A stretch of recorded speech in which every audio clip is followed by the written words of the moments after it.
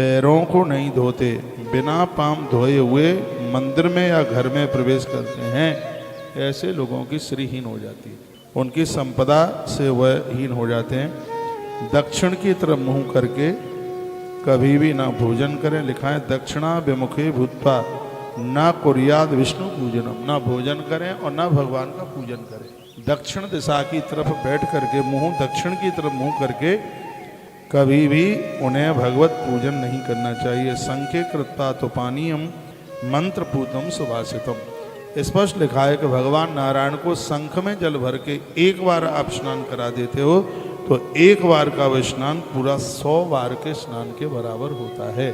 शंख से भगवान को स्नान कराने की इतनी बड़ी महिमा है। स्नापयेत कमला कांतम कमला संहितम प्रभु शंखेन स्नापयेत अस्तु भगवंतम जनार्दन। भगवान जनार्दन बहुत प्रसन्न होते हैं। तत्फलम तस वक्ष्यामि क्षणु विपेंद्र जैमिनी। वर्णन किया गया है कि इस शंख से स्नान कराने पर फल क्या मिलता है।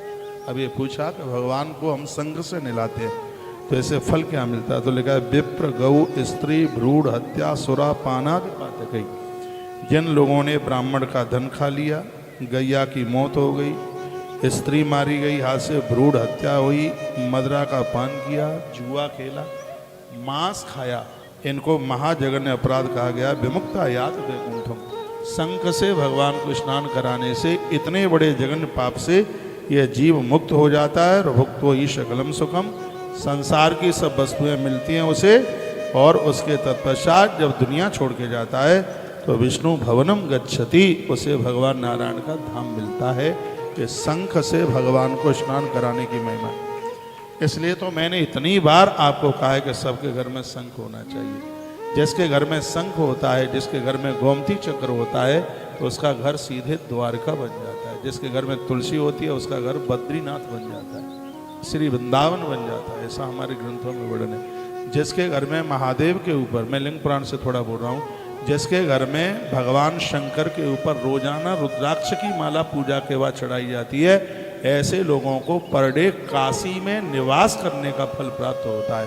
शंकर जी के ऊपर माला, रुद्राक्ष की माला चढ़ाने की इतनी बड़ी महिमा। तो ये बातें तो छोटी छोटी हैं लेकिन इनकी महिमा बहुत है। कभी कभी तो ये सब बातें हमसे आती हैं तो भी नहीं करते। संग सबके घर में होना चाहिए, A to Z सबके घर में। देखो वर्णन है कि विप्र गो स्त्री भ्रूढ़ हत्या सुरापानादि पात गई। इतने बड़े पाप भी हो गए हैं तो विमुक्ता, इन पापों से मुक्त हो जाता है। और वैकुंठम भुक्ते ही शकलम सुखम, धरती पर वो वैकुंठ का सुख प्राप्त करता है। मरने के बाद विष्णु भवनम गच्छति, सीधे नारायण के भवन को जाता है, भगवान के धाम को जाता है। ये शंख से भगवान को स्नान कराने की इतनी बड़ी महिमा है।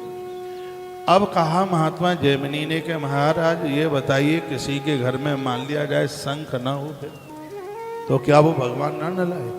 कहाँ नलाए? शंख नहीं है तो फिर वो नलाए, कैसे नलाए? कृत्वाच तुलसी पात्रे स्नापयेत केशवम बुधः। एक बर्तन में जल में थोड़ा कपूर और उसमें तुलसी का पत्ता डाल ले, फिर उस जल से वो भगवान नारायण को, भगवान केशव को स्नान कराए। ततो देवम स्नापयित्वा संभवा शिष्य वरासने।